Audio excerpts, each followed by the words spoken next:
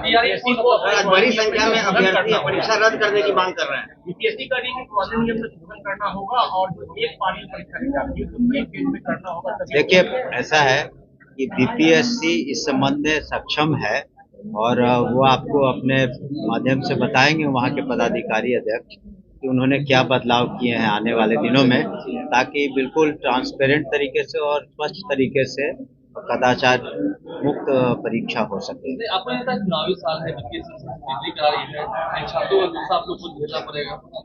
देखिए, हमने तो उदाहरण भी दिया कि करीब 2.5 लाख सक्षमता पास कर चुके हैं जो परीक्षार्थी, जो सक्षमता परीक्षा जो नियोजित शिक्षक पास कर चुके हैं, या बीपीएससी में करीब 2 लाख क्वालिफाई किए थे टीचर, उसमें तो कोई शिकायत नहीं हुई।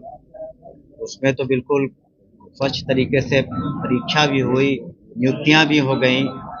तो लेकिन कभी कभी हमने कहा ना कि एक चैलेंज है, बहुत बड़ी संख्या में अभ्यर्थी आते हैं एग्जामिनर, तो कहीं चूक रही होगी जिसका पुलिस भी अपने अनुसंधान में पता कर रही है और बीपीएससी एज ए कमीशन भी उसमें जो भी लूप होल्स है, जो कमियां, उसको दुरुस्त करे। हम लोगों ने उनसे रिक्वेस्ट किया है कि जल्द से जल्द करा दें, ताकि अभी हाँ वो काउंसलिंग चल रहा है। कुछ काउंसलिंग जैसा कि हमने कहा कि तत्काल हम लोग प्रधान अध्यापक का करा रहे हैं और प्रधान शिक्षक का करीब करीब पूरा हो चुका है। देखिए, मैंने कहा ना, ये अभी पूर्व में भी आप लोगों को बताया था और सभी को बता रहे हैं पूरा कि ये अभी कंपैशनेट ग्राउंड्स पर ट्रांसफर के मामले हैं, या फिर कोई असाध्य रोग वो मामले हैं, या दूरी के आधार पर। शेष जो मामले हैं हम लोग बाकी जो सक्षमता परीक्षाएं हो जाएंगी तब बाकियों का करेंगे, लेकिन अभी तक जिनको इस तरह की विशिष्ट समस्याएं थी उन लोगों ने पोर्टल पर अपने आवेदन दिए हैं।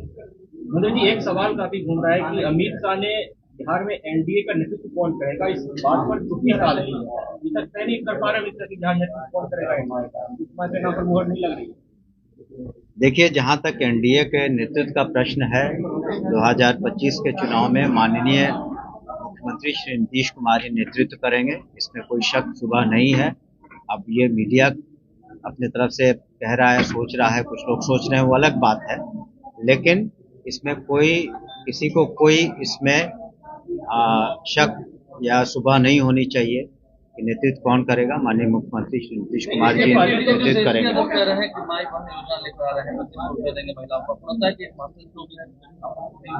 ये उनकी सोच है, लेकिन महिलाओं का सशक्तिकरण के बारे में जो माननीय मुख्यमंत्री जी ने कहा और किया, न सिर्फ कहा लेकिन उन सारे वादों को पूरा किया।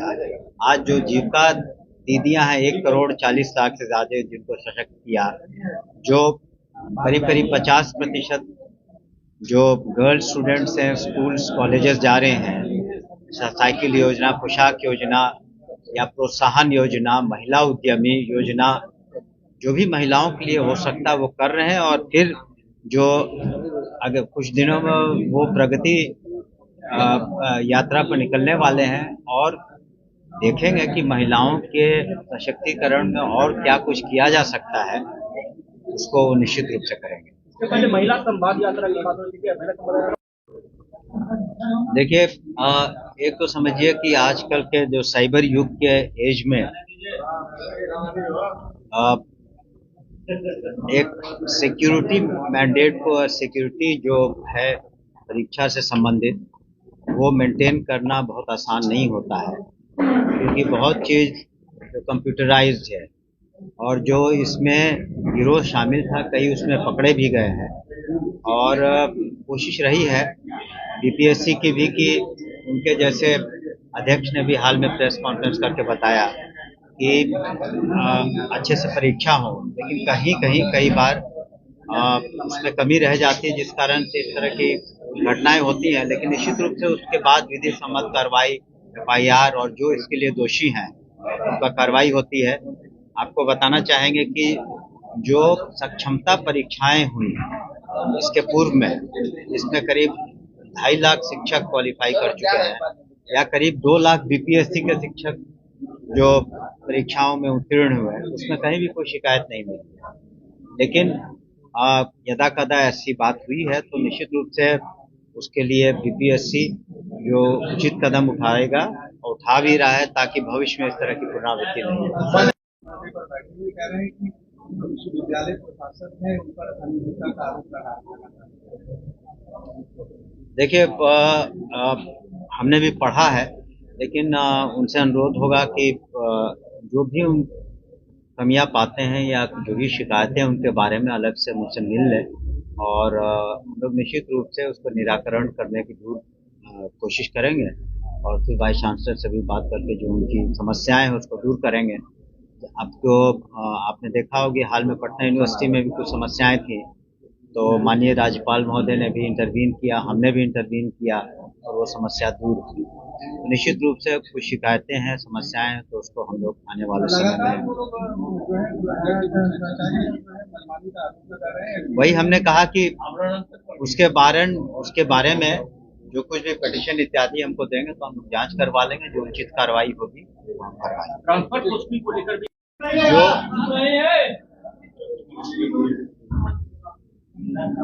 अगर कहीं पर किसी डिस्ट्रिक्ट एजुकेशन ऑफिसर ने किसी प्रधानाध्यापक या किसी शिक्षक को किसी वजह से, चाहे वो कार्य में शिथिलता उन्होंने बरती हो या अपने जो भी किसी नियम का उल्लंघन किया हो, तो विशेष परिस्थिति में बहुत कम ऐसे मामले रहे होंगे मेरे ख्याल से।